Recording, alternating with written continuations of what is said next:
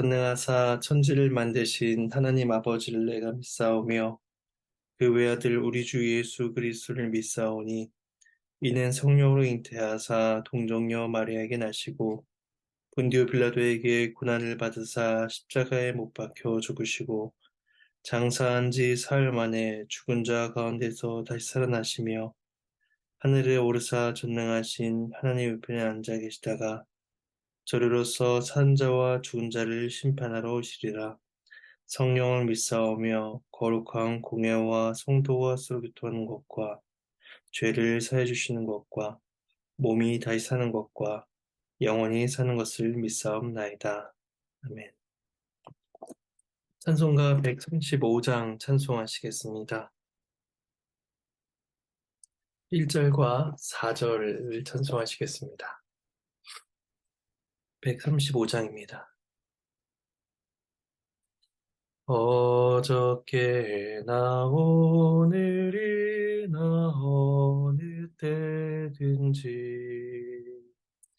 영원토록 변함없는 거룩한 말씀 믿고 순종하는 이의 생명 되시며 한량 없이 아름답고 기쁜 말일세 어저께나 오늘이나 영원 무궁히 한결같은 주 예수께 찬양합니다. 세상 지나고 변할지라도 영원하신 주 예수 찬양합니다. 엠마오로 행하시던 주님 오늘도 한결같이 우리 곁에 함께 계시고 우리들을 영접하러 다시 오실 때 변함없는 영광의 주 친히 배우리 어저께나 오늘이나 영원 무궁히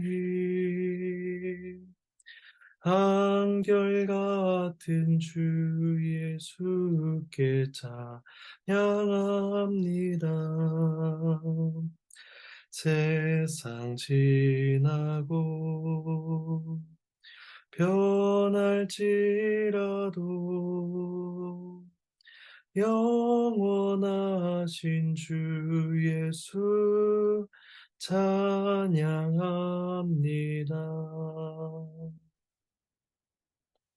네, 함께 보실 말씀은 열왕기상 1장입니다. 열왕기상 1장 38절에서 53절까지 말씀입니다. 그 말씀은 본문 말씀을 살펴보는 가운데 봉독하도록 하겠습니다. 그 말씀을 나눠보겠습니다. 아도니아가 반역한 가운데 나단과 바스바가 다윗을 찾아가 솔로몬의 왕위를 약속받게 됩니다. 오늘 본문은 다윗의 명령에 따라 솔로몬의 왕 즉위식이 거행되고 반역을 한 무리들은 두려워 흩어지게 되면서 하나님께서 다윗에게 주셨던 언약이 성취되는 것을 보게 됩니다. 이전의 내용을 따라서 말씀을 살펴보도록 하겠습니다. 38절에서 40절은 솔로몬의 대관식이 나오고 있습니다. 제가 말씀을 봉독하도록 하겠습니다. 제사장 사독과 선지자 나단과 여호야다의 아들 브나야와 그렛 사람과 블렛 사람이 내려가서 솔로몬을 다윗 왕의 노새에 태우고 인도하여 기온으로 가서 제사장 사독이 성막 가운데에서 기름 담은 뿔을 가져다가 솔로몬에게 기름을 부으니 이에 뿔나팔을 불고 모든 백성이 솔로몬 왕은 만세수를 하옵소서 하니라. 모든 백성이 그를 따라 올라와서 피리를 불며 크게 즐거워하므로 땅이 그들의 소리로 말미암아 갈라질 듯하니 기온세므로의 행진 그리고 기름 부음 백성들에 의한 환호와 추대 왕위의 등극 이란 순서로서 솔로몬의 즉위식이 진행되게 됩니다. 앞서 다윗은 32절에서 제사장 사독, 선지자 나단, 여호야다의 아들 분하야 세 사람을 불러서 그들이 해야 할 일을 일렀는데 오늘 본문은 그러한 명령대로 그대로 말씀이 이루어지고 있음을 보여줍니다. 또한 38절에서 추가된 사람들이 있는데 그렛 사람과 블렛 사람입니다. 이들은 사무엘하 15장 18절에 의하면 다윗이 압살롬을 피해서 예루살렘에서 피신할 때에 다윗을 호위한 용사들이었습니다. 이들은 솔로몬을 호위할 수 있는 병력이었으며 왕으로서의 권위를 더욱 드러내는 주는 자들이었습니다. 이제 제사장 선지자 군사령관 호위부대가 솔로몬 노새에 태워 기온샘으로 갑니다. 그리고 제사장 사독이 성막에서 가져온 기름을 솔로몬에 붓게 됩니다. 이 기름은 출애굽기 30장 23절 이하에 의하면 최고급 향품과 원료들을 사용하여 제조한 것으로서 사람이나 물건을 거룩하게 구별할 때에 사용되었으며 또한 언약궤가 있는 거룩한 성막에서 보관되었습니다. 이스라엘의 초대 왕이었던 사울과 또 다윗이 기름 부음을 받았듯이 이제 솔로몬 또한 기름 부음을 받음으로써 하나님께서 택하여 세우셨다라는 신적인 권위가 드러나는 시간이었습니다. 그들은 솔로몬에게 기름을 부은 직후 뿔라파를 부름으로써 새로운 왕이 세워졌음을 전국적으로 알리게 됩니다. 이에 모든 백성들이 나와 솔로몬의 장수를 기원하면서 솔로몬을 왕으로 인정하고 환영하게 됩니다. 앞서 9절에서 아도니아는 기름진 진승을 잡고 성대한 잔치를 벌이며 왕의 즉위식을 행하려고 했던 반면에 오늘 본문의 솔로몬의 즉위식에서는 기름을 붓는 한 가지 의식만이 이루어졌습니다. 아도니아에 비해 매우 단출한 의식처럼 느껴지지만 가장 본질적인 한 가지를 행함으로써 다윗의 왕위가 솔로몬에게 이어지고 있다는 것을 보여주고 아도니아의 반역을 초기에 제압할 수 있었던 것입니다.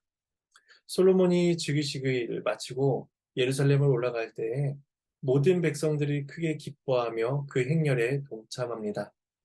성경은 그들의 환호 소리로 인해 땅이 갈라질 듯했다라고 함으로써 솔로몬을 따르는 무리가 참으로 많았고 그 기쁨과 감격이 매우 컸음을 보여주고 있습니다. 이어지는 41절에서 48절은 아도니아 무리들에게 솔로몬의 즉위식 소식이 전해지는 장면입니다. 제가 말씀을 봉독하도록 하겠습니다. 아도니아와 그와 함께한 손님들이 먹기를 마칠 때에 다 들은지라 요압이 뿔라팔 소리를 듣고 이르되 어찌하여 성읍 중에서 소리가 요란하냐 말할 때에 제사장 아비아달의 아들 요나단이 오는지라 아도니아가 이르되 들어오라 너는 용사라 아름다운 소식을 가져오는도다. 요나단이 아도니아에게 대답하여 이르되 과연 우리 주 다윗 왕이 솔로몬을 왕으로 삼으셨나이다. 왕께서 제사장 사독과 선지자 나단과 여호야다의 아들 브나야와 그렛 사람과 블렛 사람을 솔로몬과 함께 보내셨는데 그들 무리가 왕의 노새에 솔로몬을 태우다가 제사장 사독과 선지자 나단이 기온에서 기름을 부어 왕으로 삼고 무리가 그곳에서 올라오며 즐거워하므로 성읍이 진동하였나니 당신들에게 들린 소리가 이것이라.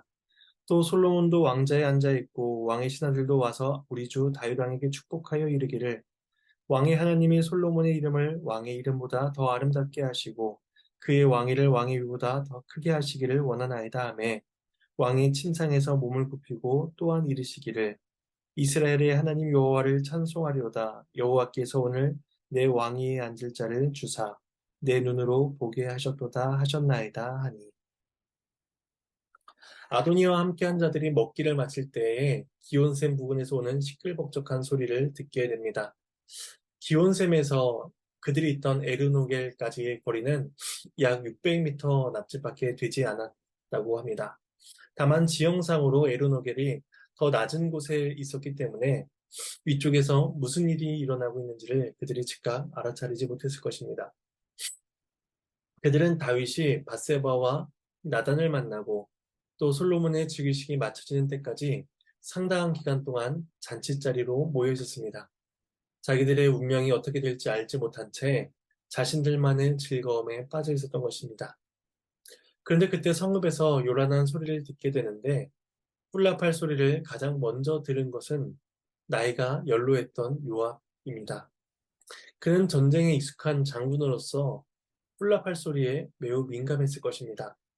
뿔라팔은 전쟁을 알리거나 사람을 소집할 때 사용이 되기도 했고 또 사무엘하 15장 10절에 의하면 압살롬이 다윗을 배신하고 왕이 될 때에 불기도 했던 뿔라팔이었습니다. 성읍에서 그 나팔이 불리고 있다는 것은 이제 심상치 않은 일이 일어나고 있다는 것이었으며 요압은 가장 먼저 그 소리를 알아채고 그 이유가 무엇인지를 궁금해합니다. 그때 아비아달의 아들 요나단이 성읍에서 오게 됩니다. 아도니아는 그를 가리켜서 너는 용사이니 아름다운 소식을 가져오는구나 라고 물으며 자신의 바람을 담아서 말을 했지만 이미 그의 질문 속에는 불안감이 가득 담겨 있었습니다. 이제 43절부터 48절까지 솔로몬의 즉위 소식이 요나단을 통해서 자세하게 설명이 됩니다. 이로써 솔로몬의 즉위 장면은 1장에서 벌써 3번이나 반복되고 있음을 우리는 보게 됩니다. 처음에 33절에서 35절에서 다윗의 말을 통해서 한 차례 설명이 되었고 이어지는 38절에서 40절을 통해서 다윗의 말이 그대로 실현되면서 2번째로 반복되었으며 이제 요나단의 입을 통해서 3번째로 반복이 되고 있습니다. 이를 통해서 성경은 하나님께서 세우신 왕이 누구인지를 말씀해 주고 있는 것입니다. 아도니아의 질문에 요나단이 답을 합니다. 43절에 과연 우리 주 다윗 왕이 솔로몬을 왕으로 삼으셨나이다. 여기에서 과연은 이제 아닙니다로 번역을 하는 것이 더 자연스러울 것입니다. 왜냐하면 과연이란 용어에는 참으로, 진실로라는 의미 외에도 아닙니다. 그러나 오히려 반대로라는 뜻도 가지고 있기 때문에 오히려 아닙니다라고 이렇게 해석을 하는 것이 더 좋을 것입니다. 이제 요나단이 전하는 말을 통해서 아도니아의 등극과 또 솔로몬의 등극의 대조가 드러나게 됩니다. 솔로몬은 다윗 왕이 임명하여 세웠다라는 것입니다. 44절에 왕께서 제사장을 보내셨다라고 이야기합니다. 그들을 보내서 솔로몬을 세웠다라고 이야기하는 것이죠. 이것은 솔로몬의 즉위가 왕의 명령에 의해서 공식적으로 일어난 사건이었음을 보여줍니다.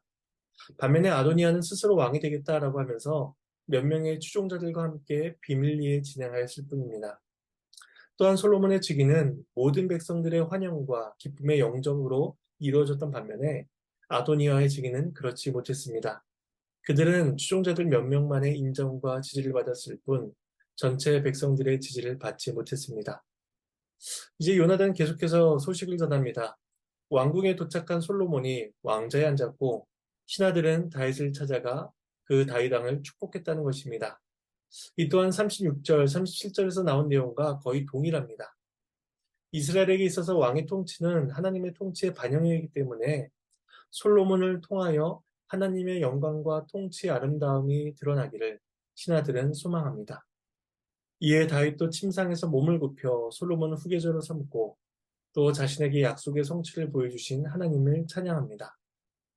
그 내용이 이제 48절에 나오게 되는데 다윗은 일찍이 예루살렘 성전을 지으려고 했을 때에 그의 후손을 영원토록 하시겠다라는 하나님의 약속을 받았을 뿐만 아니라 그 후계자로서 솔로몬을 세우시겠다라는 약속 또한 이미 받았었습니다.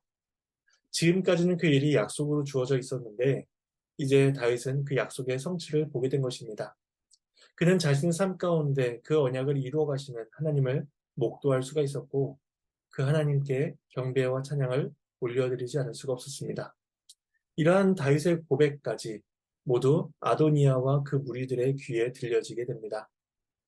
이어진 49절에서 마지막 53절까지는 제단 뿔을 잡고 목숨을 구한 아도니아에 대해서 말씀을 하고 있습니다. 제 말씀을 봉독하도록 하겠습니다. 아도니아와 함께한 손님들이 다 놀라 일어나 각기 갈 길로 간지라 아도니아도 솔로몬을 두려워하여 일어나 가서 제단 뿔을 잡으니 어떤 사람이 솔로몬에게 말하여 이르되 아도니아가 솔로몬 왕을 두려워하여 지금 제단 뿔을 잡고 말하기를 솔로몬 왕이 오늘 칼로 자기 종을 죽이지 않겠다고 내게 맹세하기를 원한다 하나이다. 솔로몬이 이르되 그가 만일 선한 사람일진데 그의 머리털 하나도 땅에 떨어지지 아니하려니와 그에게 악한 것이 보이면 죽으리라 하고 사람을 보내어 그를 제단에서 이끌어내리니 그가 와서 솔로몬 왕께 절하매 솔로몬이 이르기를 내 집으로 가라 하였더라. 하나님의 말씀입니다. 하나님께 감사합니다. 새 왕의 즉위에 대한 소식을 듣게 되자 아도니와 함께한 모든 무리들이 도망을 치게 됩니다. 그들은 왕권을 위해 싸워볼 엄두도 갖지 못할 만큼 큰 두려움에 빠지게 되었고, 이제 혼자 남은 아도니아 역시 큰 두려움에 휩싸이게 됩니다.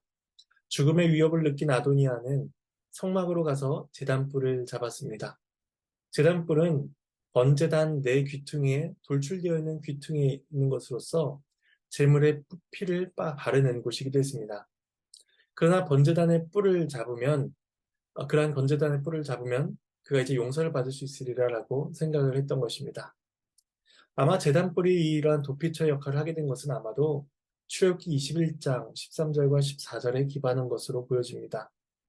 물론 이후에 주어지게 되는 도피처 또한 고의적으로 죄를 범한 자까지도 용서를 해주는 것은 아니었지만, 그럼에도 이 상황에서 아도니아가 붙들 수 있었던 것은 이뿐이었던 것입니다.